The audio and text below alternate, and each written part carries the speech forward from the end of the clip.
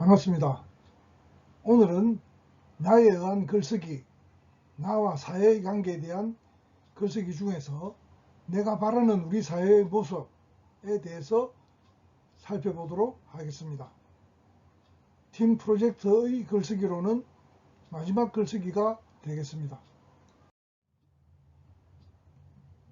살펴볼 순서는 첫째, 내가 바라는 삶, 두 번째는 내가 바라는 우리 사회의 모습, 유형, 세 번째는 내가 바라는 우리 사회의 모습, 예시에 대해서 살펴보겠습니다. 오늘은 내가 바라는 삶에 대한 문학평론가 한 사람의 글을 읽어보는 것으로서 내가 바라는 삶에 대해서 여러분들에게 한 가지 메시지를 전달해 보고자 합니다. 하루 종일 수많은 이미지들이 우리를 유혹한다. 내 앞으로 멋진 자동차가 바람처럼 스쳐가면 나도 저런 자동차를 몰아보고 싶다는 생각이 잠시 스치지만 곧이어 내 마음의 목소리가 속삭인다. 그건 내가 진짜로 원하는 게 아니잖아. 텔레비전에서 완벽한 인테리어로 중무장한 화려한 집들이 배경화면으로 등장하면 마음이 또 흔들린다. 저런 집에서 한 번쯤은 살아보고 싶은데, 하지만 곧이어 마음의 목소리가 만류한다. 그건 역시 내가 진짜로 원하는 게 아니야. 이제 그만 흔들릴 때도 되었을 텐데, 무언가를 소유하고 싶은 욕망은 나의 내부가 아니라 항상 외부의 자극에서 비롯된다. 하루에도 몇 번씩 이런 달콤한 유혹에 시달리지만 내 마음의 목소리는 말한다. 내가 진짜로 원하는 것에 집중하지 않으면 너는 끊임없이 이렇게 나약하게 흔들릴 거야. 숨이 끊어질 때까지 평생 흔들리기만 할 거야. 피카소는 말했다. 모든 사람은 잠재적으로 같은 양의 에너지를 가지고 있다. 평범한 사람들은 그 에너지를 여러 가지 사소한 일들로 낭비한다. 나는 내 에너지를 단 한 가지, 그림에만 집중한다. 그림을 위해 나머지 모든 것은 포기한다. 피카소가 이렇게 말했다는 거죠. 이 말은 숨막히게 멋있지만 그 모든 자잘한 욕망을 포기하기가 어디 쉬운가? 우리는 어쩔 수 없이 해야 할 일도 하는 수 없이 견뎌야 할 일도 많다. 하지만 내 마음 깊은 곳에서는 이 모든 변명이 내가 진짜로 해야 할 일을 미루는 핑계임도 안다. 피카소처럼 멋들어지게 오직 내가 원하는 일에 집중할 수는 없지만 나는 수많은 시행착오를 거치며 내가 진정 원하는 것을 찾는 방법을 알아냈다. 첫째, 지금 하고 있는 일과 전혀 다른 일을 한번 해보는 것이다. 나는 몇 년 전 목공을 배우기도 했고 그림을 배우기도 했는데 그때 내가 깨달은 것은 대패질의 기술이나 스케치의 비결이 아니라 내가 진짜로 원하는 것은 글쓰기라는 사실이었다. 이거는 그러니까 문학 평론가인 사람의 글이니까 그 사람이 자기 자신이 진짜로 원하는 것은 글쓰기였다. 그렇게 깨달았다는 것이죠. 아무런 비전 없는 글쓰기에 오래 지쳐있던 내가 잠시 곁눈질을 했는데 그 곁눈질의 순간에도 나도 모르게 목공이나 그림 그리기의 실패 경험을 어떻게 글쓰기에 녹여낼 것인가를 고민하고 있었던 것이다. 둘째, 단 며칠만이라도 완전한 휴식을 경험해 보는 것이다. 텔레비전도 영화도 보지 말고 정말 쉬는 것이다. 바깥 세상을 향한 마음의 안테나를 완전히 꺼보는 것이다. 그러면 그 유혹의 진공 상태에서 내가 진짜 원하는 것이 마치 매직아이처럼 떠오른다. 광고나 미디어가 유혹하는 욕망이 아니라 내가 진짜 원하는 것을 뼈저리게 깨닫게 되는 것이다.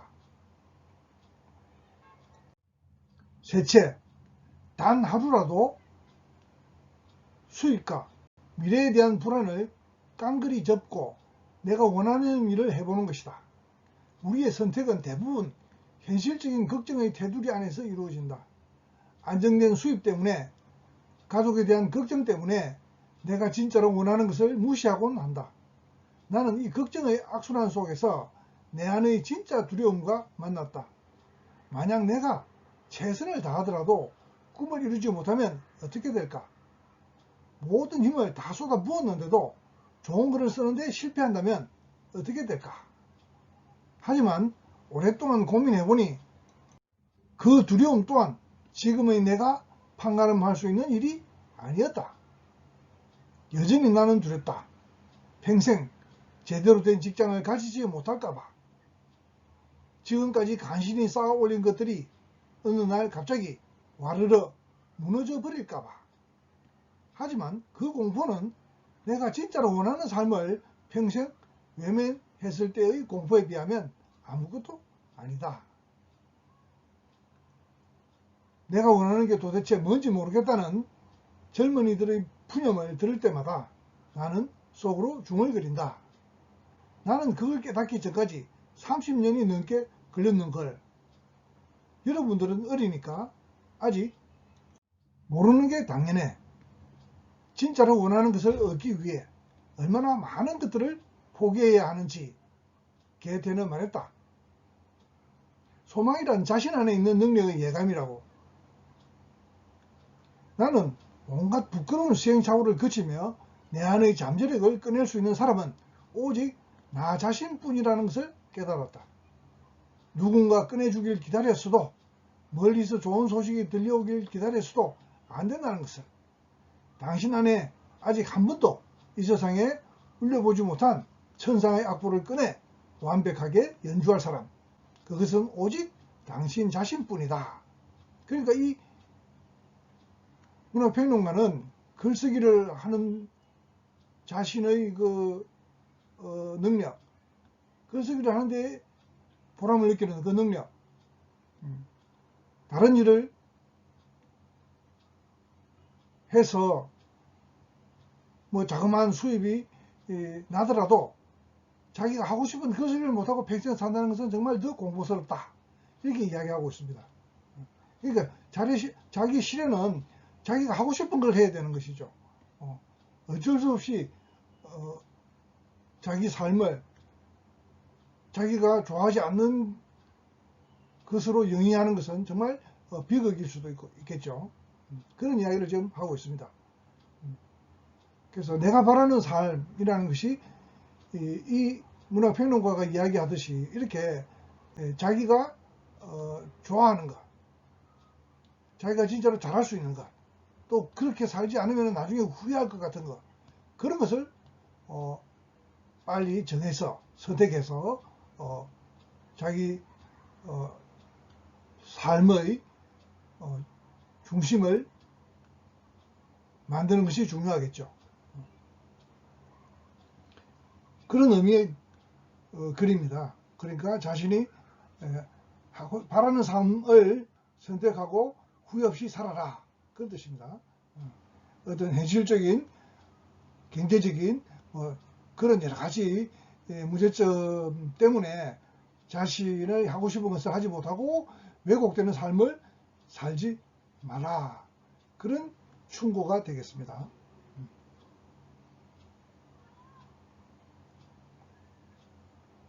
그러니까 이렇게 자기가 원하는 삶을 살 수 있게 되면 그러한 자기 삶의 주인이 된 것, 자기 삶의 주인이 된 그런 그런 나가 사회에 대해서 당당할 수가 있고 그 사회에 대해 바라보는 안목도 분명할 수가 있습니다. 그런 의미에서 내가 바라는 삶이 뭔지를 먼저 확고하게 파악하는 것이 중요한 우선순서가 되겠습니다.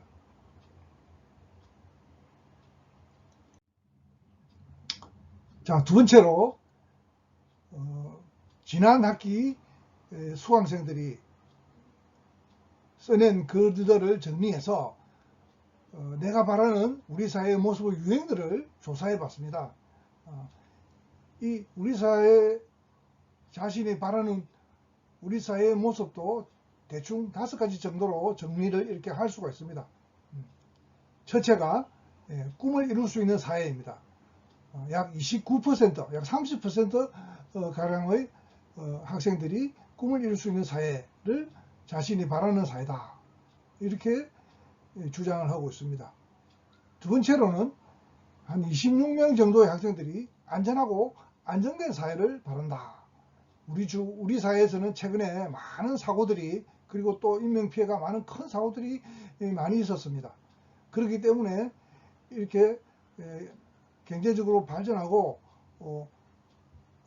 살림살이가 안정된 가운데서도, 그죠, 우리의 삶이 여전히 불안하다, 안정되지 못했다, 이렇게 생각하는 사람들이 많습니다. 안전한 사회하고 안정된 사회하고는 조금 차이가 있습니다. 그러나 안전한 사회가 안정된 사회일 수도 있고, 안정된 사회가 안전할 수가 있습니다. 서로 연관성은 있습니다. 그 모습은 다른 사회이지만 서로 연관성은 있습니다. 그리고 세 번째 많은 주장이 공평한 사회가 되었으면 한다. 우리 사회가 여러 가지 빈부의 차라든지 또는 여러 가지 기회의 불평등이라든지 여러 가지들이 있죠. 또 그런 그 권력을 이용해서 그러한 그런 불평등을 또 이용하는 사람들, 뭐 이런 것들도 있으니까 말이죠.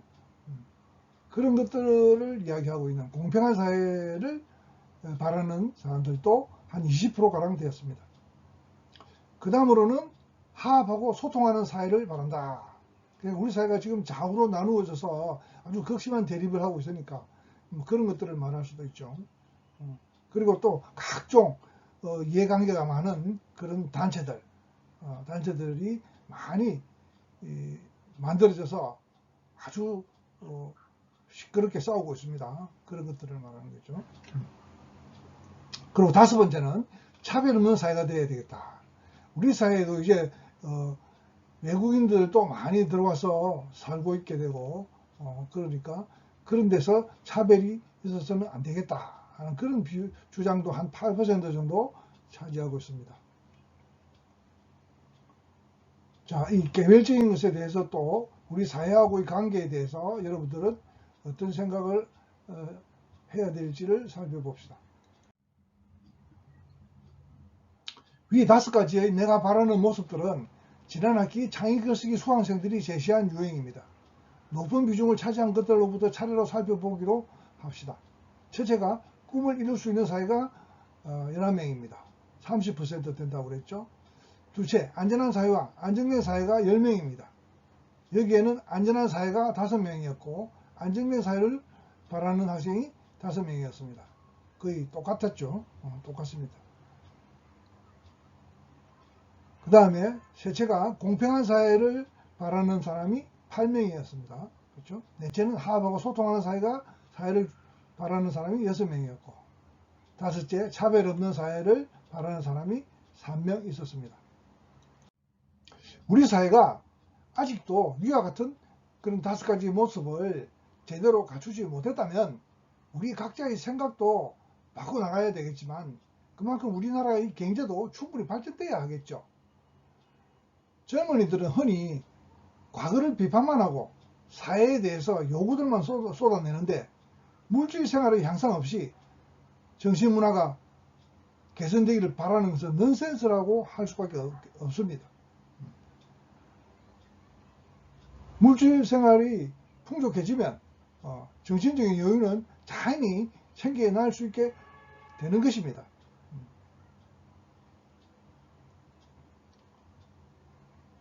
그러나 정신문화를 개선하려고 아무리 노력해도 그런 물질생활의 향상이 뒷받침이 되어주지 않으면 그렇게 같이 움직이지 않습니다. 물질생활과 정신문화가 그렇게 동행할 수가 없습니다. 어떤 것이 먼저냐면 물질생활의 향상이 항상 우선해야 합니다. 우리가 비로소 이 5가지와 같은 것을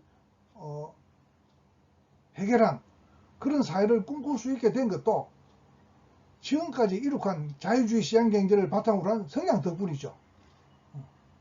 그동안 그만큼 발전해 왔기 때문에 이런 꿈도 꿀 수 있게 된 것입니다. 그동안의 성장 발판이었던 사회제도를 느닷없이 바꾸자는 것은 무리한 요구이죠. 경쟁 없는 사회는 물이 고여서 썩는 웅덩이와 같습니다. 보이지 않는 손이라는 것이 자기만의 삶의 방식을 추구하는 데 자기를 옥죄는 방해 요소라고 주장하는 그런 모순된 주장에는 할 말이 없습니다. 개인의 자유가 최대한 보장되는 자유민주주의라고 할 때 그 자유는 딴 게 아니라 바로 자기 꿈을 이루기 위해서 경쟁할 자유를 말합니다.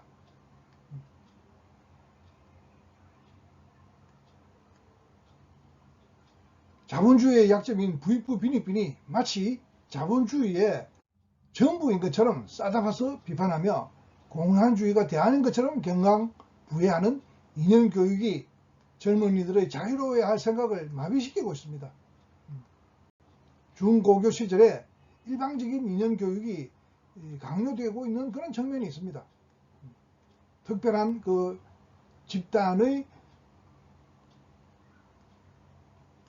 이념교육이죠. 다른 방법이 없는, 다른 이념교육은 거기에 발도 붙일 수 없는 그런 잘못된 이념교육이 일방적으로 진행되고 있습니다. 경쟁이 악이라서 시험도 없애고 모두가 1등이 된다면 경쟁 없는 그런 사회에서 달리 이룰 꿈이 무엇이 있겠습니까? 경쟁의 결과가 사회의 문제가 된다면 복지라는 그 보완책을 마련하면 되는 것입니다. 그 경쟁에서 뒤처져서 생존에 위협을 받게 될 정도가 된다면 꼭 국가의 복지 혜택을 받아야 되죠. 그러나 그런 상태까지 전락한 사람이 아닐 경우에는 경쟁의 결과에 차이가 있는 것은 감수해야 합니다.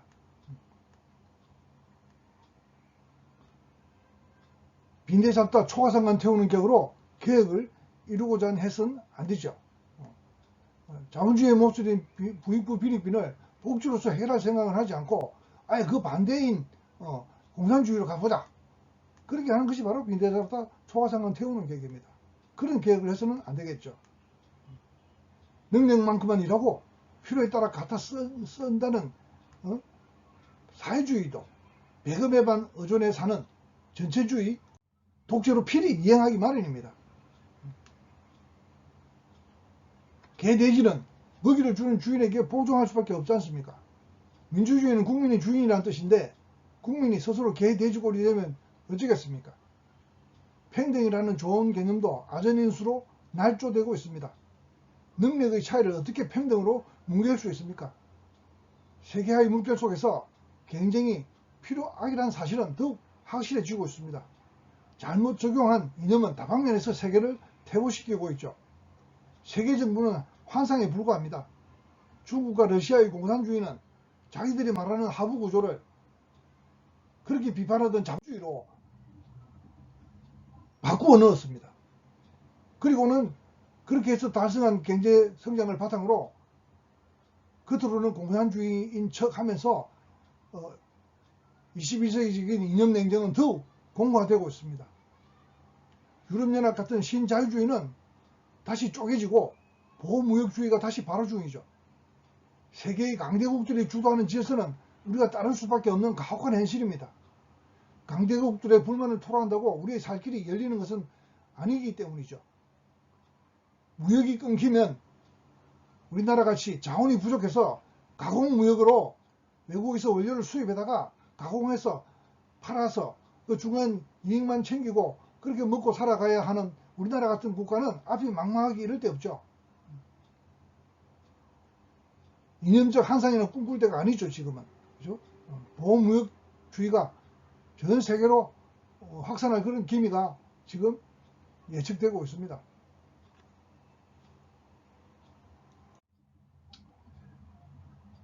자, 내가 바라는 우리 사회의 모습들 예시를 하나 살펴봅시다. 우리가 앞서서 내가 본 우리 사회의 문제점들은 토론에서 토론 주제에 반대 토론하는 그런 입장에서 여러분들이 생각하면 쉽다고 했습니다. 그렇죠?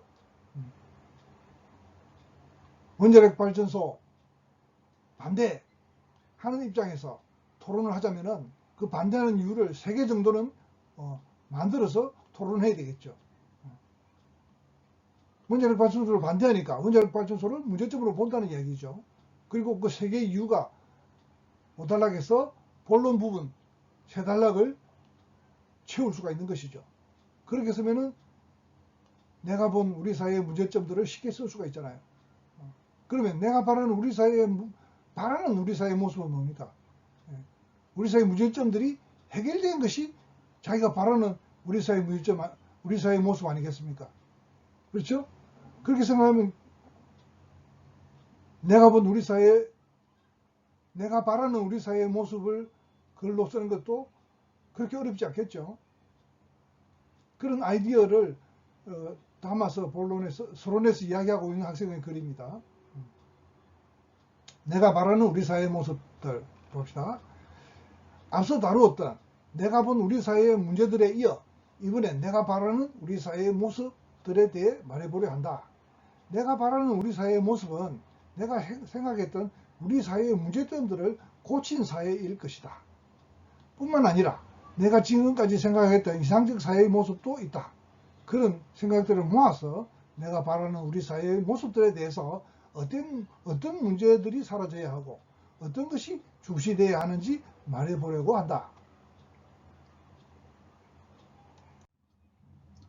첫째, 내가 바라는 사회의 모습은 환경 문제를 해결한 사회이다.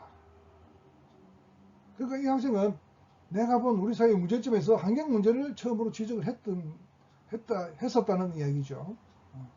우리는 길거리를 걷다 보면 길바닥에 담배꽁초, 일회용 커피잔, 과자봉지 등의 쓰레기들이 아무렇게나 버려져 있는 것을 쉽게 볼 수 있다.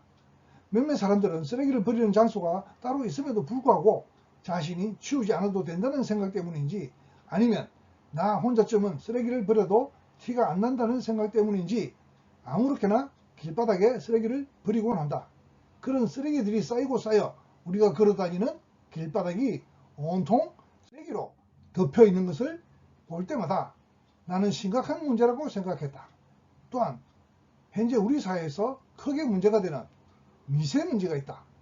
중국에서 발생해 한국으로 내려오는 미세먼지와 우리나라 자체에서 생성되는 미세먼지 때문에 시민들의 건강이 안 좋아진다고 한다. 이러한 환경오염 문제들이 사라지기 위해서는 국민들의 인식과 참여, 문제에 따른 해결 방안이 필요하다고 생각하고 이런 환경오염 문제점들이 해결된 사회가 내가 말하는 첫 번째 우리 사회의 모습이다.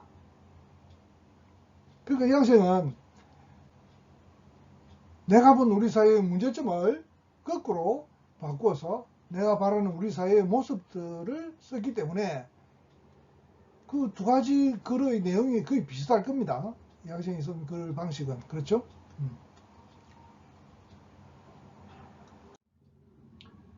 둘째, 내가 바라는 사회의 모습은 적극적으로 정치나 사회에 참여하는 국민들의 모습이다. 현재 우리 사회에서 국민들은 혼자 먹고 살기에 힘들 정도로 바쁜 삶을 살고 있다. 그렇기에 자신의 일에 시간을 많이 쓰게 되면서 한국 사회나 정치에 관심을 못 가지는 경우가 생긴다. 그래서 몇몇의 국민들은 시간이 없어 대표적인 선거에 참여하지 못하거나 전혀 관심을 가지지 않기도 한다. 또한 한국의 중요한 법안을 통과시키거나 정책을 시행할 때도 국민들은 법안과 정책에 어떤 문제점이 있는지 관심이 없거나 더 나아가 어떤 법안이 통과되었는지도 모르는 무지함을 보일 때도 있다. 이러한 국민들의 무관심, 국민들이 사회에 참여할 수 있는 활동, 그리고 사회에 관심을 가질 수 있는 바쁘게 살아가지 않아도 되는 삶을 살아가는 모습이 내가 바라는 두 번째 우리 사회의 모습이다. 그러니까 우리가 경제활동에 바쁘다 보면은 이렇게 국민들이 정치나 사회 문제에 관심을 쏟기가 힘들어진다. 그러려면은 우리 사회가 그렇게 경제에 쫓기지 않는 그런 여유 있는 사회가 되어야 하겠죠. 근데 그 대안에 대해서는 여기 지금 이야기를 제시를 하지 않았습니다. 그렇죠? 어쨌든 그런 삶이 됐으면 좋겠다. 여유 있고 그렇게 사회에 관심을 줄 수 있는, 사회와 정치에 관심을 줄 수 있는 그런 사회가 됐으면 좋겠다. 그런 뜻입니다. 세 번째, 마지막으로 내가 바라는 사회의 모습은 범죄가 없는 사회이다. 나는 만약 범죄가 없는 사회를 살아가면 어떻게 될까라는 생각을 했다. 범죄가 없으면 범죄로 인해 피해를 보는 사람들도 없을 것이고 다 같이 평화로운 삶을 살 수 있을 것이다. 하지만 어떤 사람은 나에게 이렇게 질문할 수도 있다. 범죄가 사라지면 범죄를 해결하기 위한 직업도 없어지는 것이 아닌가? 재미있는 논리군요. 물론 범죄가 사라지면 당연하게 관련된 직업도 줄어들거나 사라질 것이다. 하지만 그렇다고 해서 직업을 살리기 위해 범죄를 옹호할 수는 없다고 생각한다. 현재 우리 사회에서도 크고 작은 범죄들이 많이 발생한다. 범죄가 전혀 없는 사회는 있을 수 없을 것이다. 하지만 그렇기 때문에 나는 범죄가 없는 사회는 사람들이 평화롭게 다 같이 살아갈 수 있는 가장 이상적인 사회라고 생각한다. 근데 이 학생은 너무 기우에 빠져 있네요. 범죄가 줄어든다고 해서 범죄를 다루는 직업이 사라지는 그런 걱정을 할 필요가 없습니다. 왜냐하면 그런 제도나 그러한 그 인력이 존재함으로써 범죄 예방 효과가 있는 것이기 때문이죠. 불이 많이 나지 않는다고 해서 소방 인력을 줄이면은 나중에 불이 나면 소방 인력을 어떻게 하겠습니까? 소방 인력이 없어서. 그렇습니다. 그러니까 평소에는 그런 사람들이 존재함으로써 충분히 예방 효과가 있는 거죠. 법률이 강하면 법률을 통해서 처벌을 강하게 하면 범죄가 줄어들 수 있다는 논리하고 똑같습니다. 그렇죠? 그렇다고 법률을 약화시킬 필요는 없는 것이죠. 그런 논리나 똑같은 것입니다.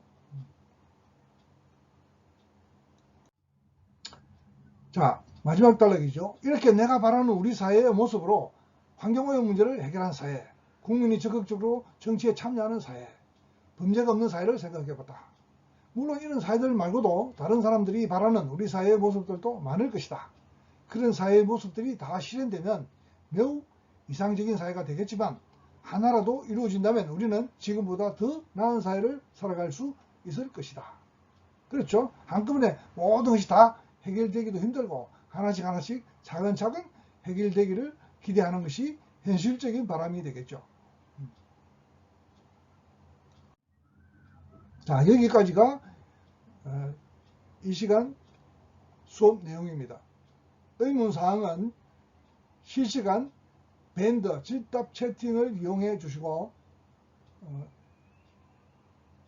이 클래스 질답 게시판에 질문을 올리거나 문자로 질문을 하면은 적당한 시간에 빨리 답을 하도록 하겠습니다.